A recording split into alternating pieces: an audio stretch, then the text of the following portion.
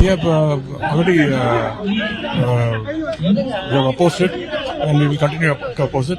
Our Honorable Chief Minister has already passed a resolution in the Assembly to withdraw the what. Sir, today in the Assembly, it is unfortunate that as if that they have changed the environment as if it is like an agitation place.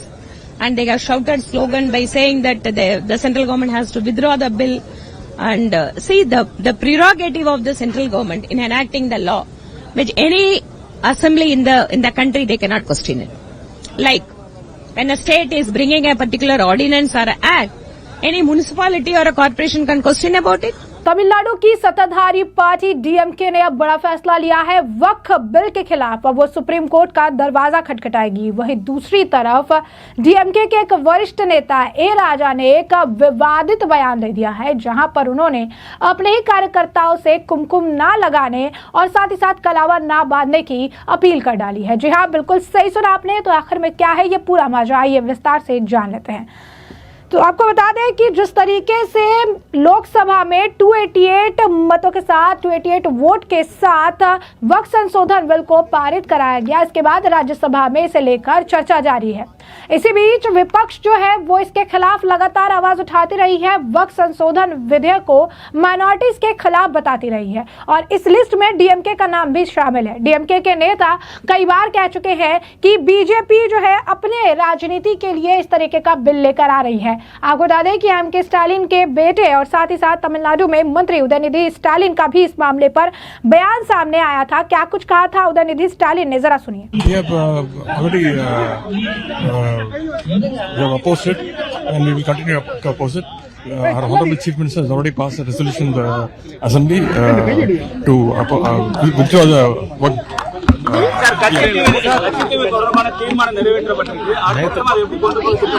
முதலமைச்சர் அறிவிப்பாங்க. நேற்று தீர்மானம் நிறைவேற்றப்பட்டிருக்கு.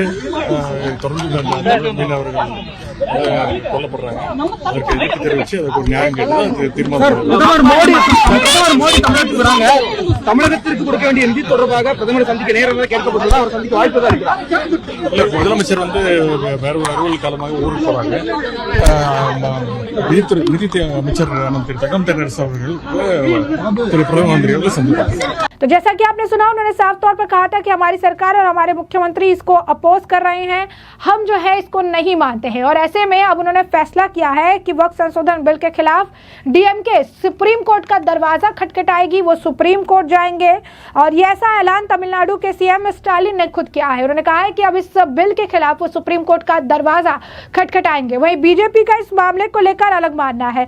तमिलनाडु में BJP की जो नेता है वो कह रही है कि ये जानबूझकर लोगों को गुमराह करने का काम कर रही है। डीएमके जिस तरीके से आज प्रोटेस्ट भी कर रही थी लोकसभा के बाहर, उन्होंने काले कपड़े काली चीजें बांधकर इस बिल के विरोध में जो है आज प्रोटेस्ट किया, विरोध जताया। और इसके बाद जिस तरीके से चीज देखने के लिए मिली, इसे लेकर बीजेपी महिला मोर्चा नेशनल प्रेसिडेंट वन्नाथी श्रीनिवासन का बयान सामने आया है। उन्होंने कहा है कि बहुत ज्यादा दुखद है, बहुत ज्यादा अनफॉर्चुनेट है कि इन्होंने इस तरीके से पूरे एनवायरनमेंट को बदल दिया। इन्होंने केंद्र सरकार के खिलाफ बिल को हटाने के लिए कई तरह के नारे लगाए, चीजें कही, लेकिन हमेशा ये देखा गया है कि सिर्फ और सिर्फ वो डीएमके अपने आप का ऐसा दिखाना चाहती है कि सिर्फ वही मुस्लिम और क्रिश्चियंस के बारे में सोचती है, कोई और पार्टी ऐसा सोचती नहीं है, करती नहीं है। लेकिन हमें पता है कि ये सब कुछ वो सिर्फ और सिर्फ अपने वोट बैंक की राजनीति के लिए, अपीजमेंट की पॉलिटिक्स के लिए कर रहे हैं। और ये बहुत ज्यादा दुखद है। बिल को जो है पास करा लिया गया है लोकसभा में और अब ये जो है इस तरीके से पार्लियामेंट के बाहर सिर्फ और सिर्फ चिल्लम चिल्ली मचा रहे हैं। ऐसे में क्या कुछ और कह रही हैं वो सुनिए। Sir, today in the assembly, it is unfortunate that as if that they have changed the environment as if it is like an agitation place, and they have shouted slogan by saying that the central government has to withdraw the bill and see the prerogative of the central government in enacting the law, which any assembly in the country they cannot question it. Like when a state is bringing a particular ordinance or an act, any municipality or a corporation can question about it. Like that, our Honorable Chief Minister must understand that for the need of the hour, the central government is bringing this amendment bill in the parliament, that too after a thorough discussion. And yesterday we have seen that There are multiple party leaders, senior persons, they have participated in the discussion. When that is being that too, the voting has been already been taken. When this is being so, time and again the DMK party, for a long time, it is not a first time, for a long time, they want to project themselves as a champions of a Muslim and Christian community. And we clearly see that it is completely a vote bank politics. But today, it is unfortunate that as if like an agitation or a dharna, he was asking all the members has to shout slogans of withdrawing the bill that is being passed in the parliament yesterday. And what on merit of the bill, what we would like, BJP, in fact today we have walked out and our floor leader also has explained about it. But on the merit of the bill, what we are saying that the Waqf properties, I think around it's more than 8 lakh properties. It is being considered as a Waqf properties in India. It is more than in any of the country. When that is being so, the properties has not been properly documented. There is no transparent administration that is happening, and moreover, even though the Central Waqf Council is there, state Waqf boards are there, they were handicapped by way of that kind of a non-functional situation is happening. There are multiple litigation about the ownership. There are a lot of issues of the encroachment and illegally that is being occupied and is being encumbered by the several persons for their selfishness. So to overcome all those difficulties, to bring a transparency in the administration of Waqf properties, the amendment has been brought by the BJP government. And more importantly, see the Shia, Sunni and only for the 2 sects the Waqf boards have been created so far.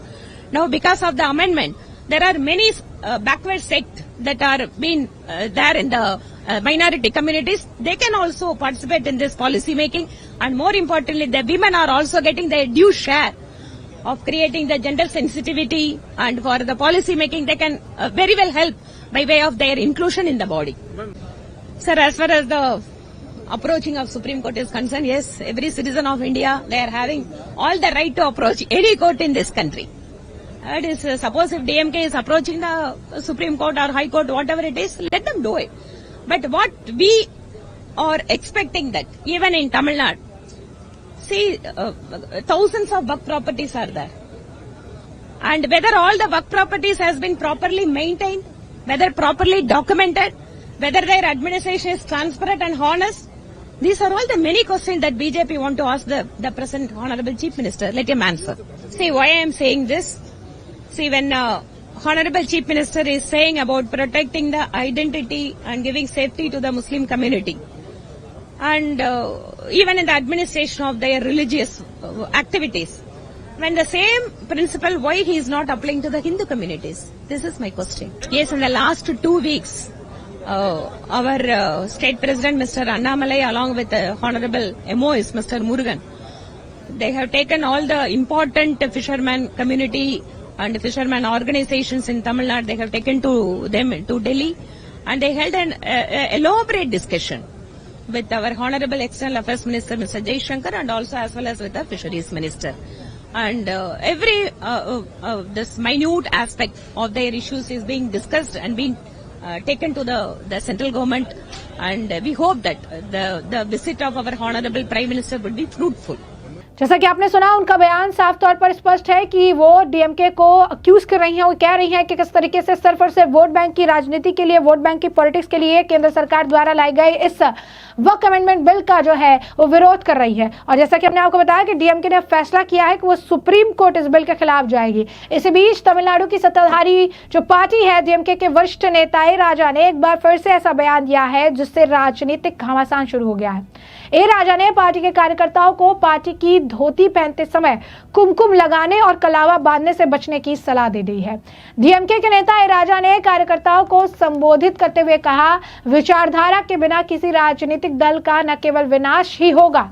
ए राजा ने इसके लिए अन्ना द्रमुक यानी AIADMK का उदाहरण दिया। उन्होंने कहा कि वो भगवान में आस्था रखने के विरोध में नहीं है। पार्टी के संस्थापक सीएन अन्नादुरई ने कहा था कि गरीबों की मुस्कान में ईश्वर के दर्शन हो सकते हैं। राजा ने नीलगिरी जिले में कहा कि जो है लेकिन जब आप पोटू यानी कुमकुम लगाते हैं और केवरू यानी कलावा बांधते हैं तब आरएसएस के लोग भी ऐसा ही करते हैं तो अंतर करना मुश्किल हो जाता है।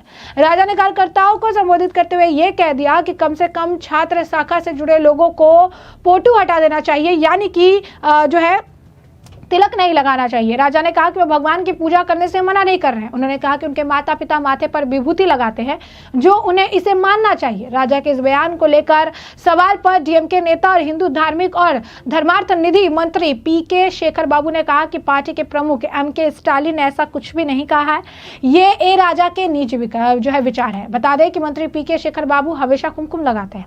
ऐसे में डीएमके नेता ए राजा द्वारा कुमकुम को लेकर दिए गए इस विवादित बयान को लेकर बीजेपी ने भी डीएमके की निंदा की। भाजपा ने राजा पर हिंदू धर्म को तुच्छ बताने का आरोप लगाया। बीजेपी ने कहा कि डीएमके धार्मिक आस्थाओं को ठेस पहुंचाना कब बंद करेगी।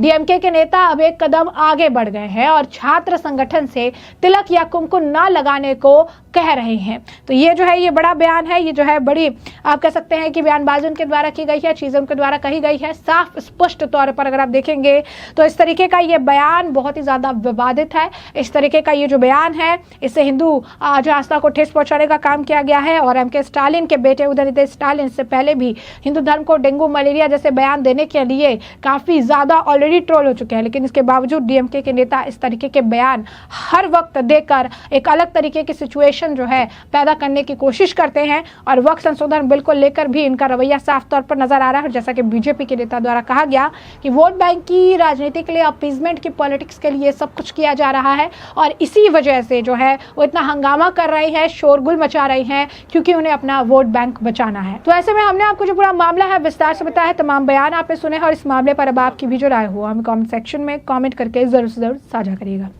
धन्यवाद।